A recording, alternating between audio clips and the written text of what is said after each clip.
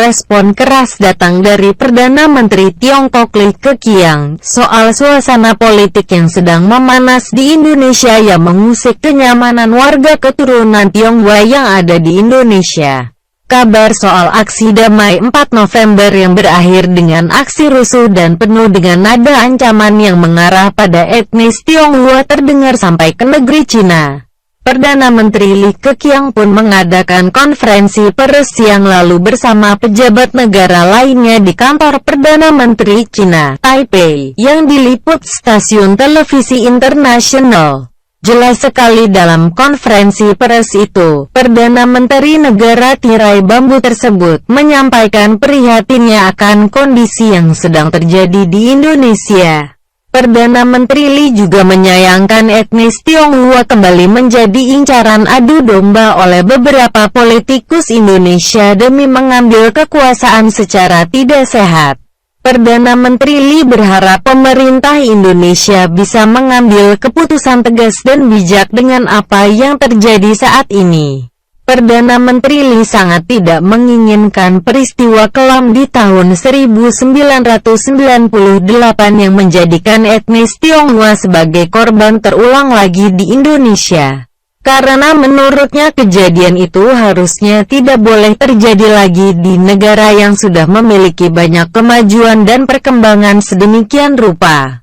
Tentunya saya sudah mendengar kabar dari negara tetangga kita, Indonesia, yang sedang mengalami gejolak politik yang bercampur dengan urusan agama dan etnis, ujar Perdana Menteri Li dalam konferensi persnya. Kami sebagai negara sesama Asia turut prihatin melihat ini.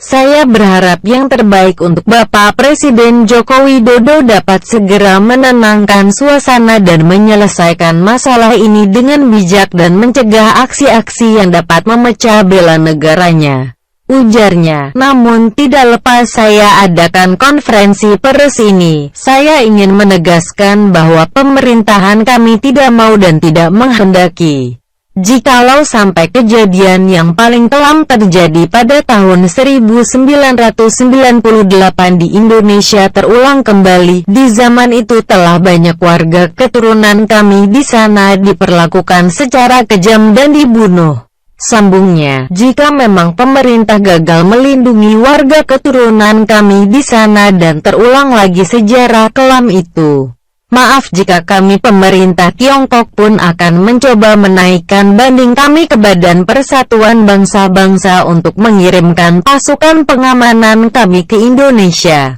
demi memindahkan keturunan kami di sana, tukasnya, serta hubungan dari segi bisnis, perdagangan, bilateral dan yang lainnya benar-benar akan kami putus dengan Indonesia. Mohon maaf sebelumnya, tapi kami juga mempunyai hak untuk melindungi warga keturunan kami dimanapun mereka berada jika terjadi penindasan secara sosial dan nyawanya terancam.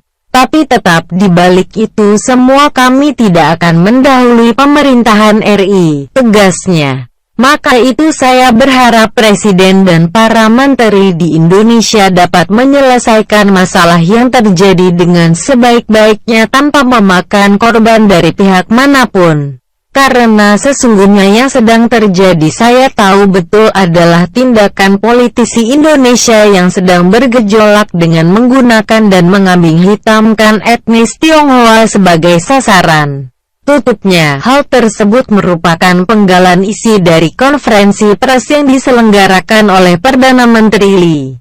Sisa perbincangan dari konferensi pers itu hanya membahas tentang pertukaran warga negara di Asia yang memang sudah direncanakan oleh seluruh anggota ASEAN.